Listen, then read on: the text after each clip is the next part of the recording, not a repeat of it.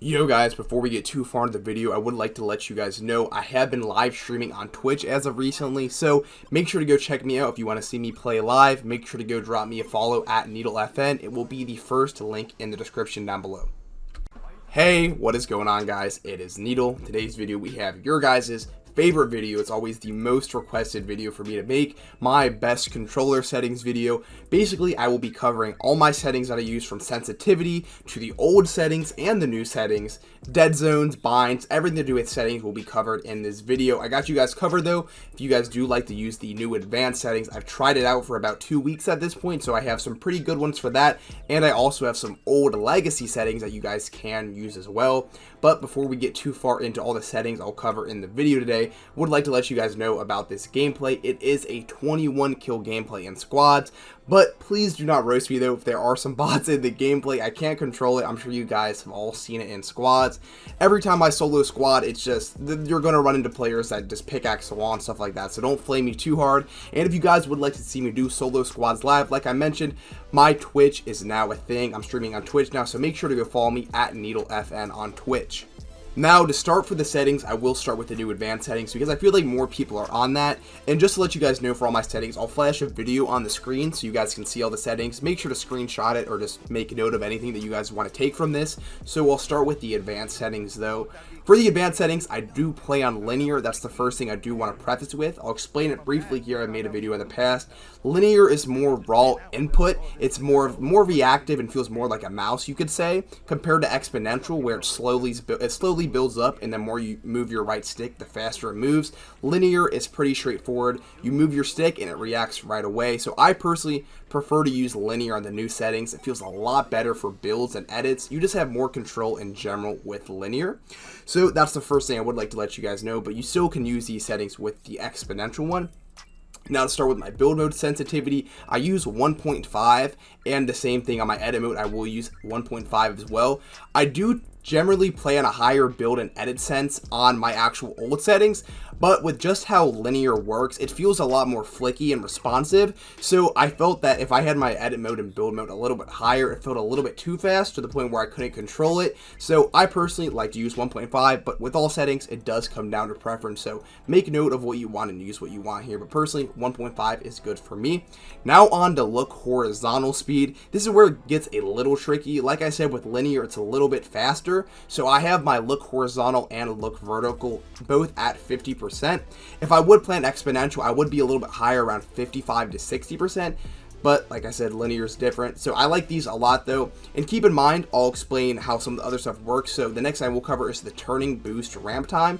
This is a little bit like Deadzone. I'm not fully sure how this one works exactly, but for me, I just like it better on 0. It feels a lot faster for me. It's weird how it works. It's like when you first start moving your right stick, so mess around with that at your will. Next up, we have the ADS look horizontal speed and the ADS look vertical speed. For me, 16 feels just fine. I do not like how on the new settings, how it zooms in a lot on your character when you zoom in, actually aim down sights. So I had to tweak this a little bit, but 16% feels quite good for me. And the same thing for this, the ADS turning boost ramp time at 0, it feels pretty good. And then also, I didn't even mention, I don't use any vertical boost or any kind of turning boost at all. Like I said, on linear, you don't want to have any kind of boost on it just because it is raw input. But if you do plan exponential, you probably would want a little bit of a turning boost. Now on to look dampening time. This is something that is really, really weird if you guys haven't tried it out. This is a lot like Deadzone, just like the turning boost. So basically, this is like when you first start slightly moving your right stick, how quick it is to respond to it. And like I said, linear it's a lot different. So for me, I kept it right about the same. So 0.2, where I have mine on 0.19 seconds. It feels fine for me. And then after that, the aim assist strength on the new, obviously you want to be using 100%. And now that is all for the new settings. Let me go on to the old legacy. Now on to the old legacy settings, and I'll explain the difference real quick. So legacy is the old aim assist that we've always had through the first 10 seasons of Fortnite before they added the advanced ones. Basically on this, you get less of an aim assist boost, but you do have the ability to get the L2 auto rotate. It's basically what everyone refers to as the L2 spam. I'm sure you guys all know if you guys are on controller, but basically you hit L2, that crosshair just rotates onto their head, and that is actually why I do prefer to use the legacy settings when I do play like any sort of competitive match, but when I do play like creative and stuff with my friends, I prefer to use linear just because it feels a little bit smoother. But for competitive, I do use the old legacy settings because I just love using the pump and shotguns with that L2 auto rotate feature, but that's besides the point. So my controller sensitivity X and Y, both on 7, as you guys saw. It's just what I've always played on. I've always played around 7. At one point, I played like 7X and like 0.65Y. I've been using this for about literally almost 2 years now since I started playing on Fortnite. I started around like 6 when I first started, slowly made my way up to 7. At one point, I played on like 8 or 9 just to try it out, but I just could never get comfortable with it. So 7X and 7Y is the go-to for me. I'm sure all of you guys use something somewhat around there, but feels good for me. Now onto the controller targeting sensitivity, I use 0.34. I've never liked a high targeting sense.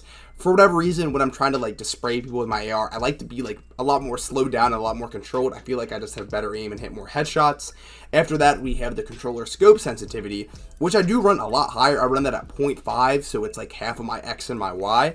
I don't know, I just feel like for sniper shots, you need to be a little bit quicker, and you just have to be a little more reactive, so I like to run my scope sensitivity higher. And that, keep in mind, the scope sensitivity only affects snipers, while the controller targeting sensitivity affects every single other weapon that does not have a scope. Next up, we have my building and editing sensitivity, and like I mentioned when explaining the new settings, I do use these a little bit higher on the legacy, just because it's not as quick. So I use 1.65 on my build and edit. You know, like I said, it's all preference, but let me explain for you guys why you don't want to have your build and edit mode too high. So think about it like this, and this is why I actually use my build and edit mode at the same sensitivity. So when you actually do like start whipping out 90s or cranking builds, doing whatever, when you are building and then switch to your weapon, your combat control, that is a pretty big drop off in sensitivity. So let's say you're building on my 1.6, so that's going to be right around like 12 building sensitivity, somewhere around there. Going from 12 sensitivity while building all the way back down to 7 while shooting is a big jump, and it can kind of mess with you. So keep in mind, you don't want to run it too high. I like to run mine at the most like 1.7, but anything like 2. I used to do 2 sensitivity in my building, but recently I've been focusing on hitting my shots, so it just hasn't worked out too well. But that is all for my old legacy settings.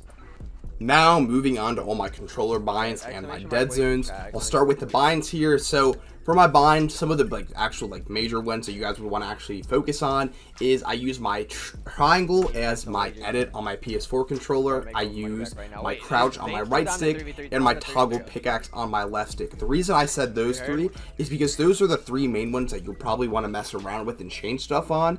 And then also, this is kind of interesting, I don't use anything on my touchpad. I used to use my map on there, but I don't know, I just don't really use the touchpad. And let me preface this by saying I do play claw, so I do not suggest these binds for anybody that does not play claw, just because editing with triangle is going to feel really weird, and you're going to have to actually move your right thumb off your thumbstick to edit, which is not ideal. So what I would suggest instead for you guys, what I think would be best, and I've always suggested, do your edit on left stick. The reason I say that is all you have to do is turn sprint by default on. It takes literally a couple games to get used to sprint by default. What this does is freeze your left stick of the sprint bind in general, and now you're just going to want to put your edit on the left stick instead. Completely freeze it up, and this way you can stay in complete control. What you can do is actually edit while you have your whole control, basically the full control of your controller is what I'm saying. You never have to actually move your hand off your right stick to make an edit. So left stick edit is alpha in my opinion, but I do use triangles because I play claw. But this is where you can start getting funky with it.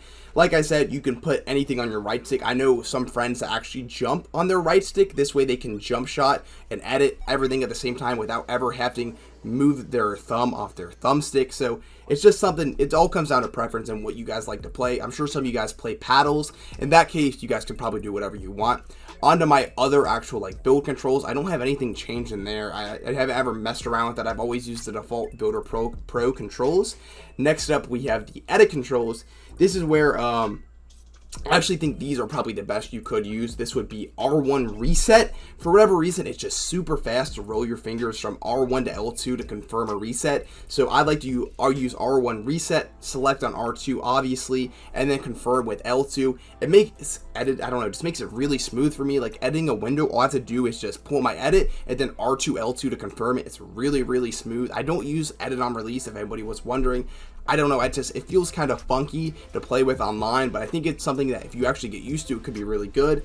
And now for my dead zones, everyone always asks about my dead zones, but this is a weird thing because it really just comes down to like whatever controller you have. If you have an older controller, you're probably going to have higher dead zones.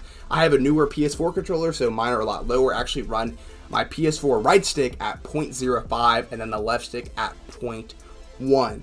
Now, that is all for the settings. If you guys did enjoy the video, make sure to leave a like, leave a comment down below what settings you use, make sure to drop a sub, you guys know the deal, turn on notifications, obviously check out my Twitch I was promoting earlier. That's all for me, guys. I'll see you guys in the next video. Peace.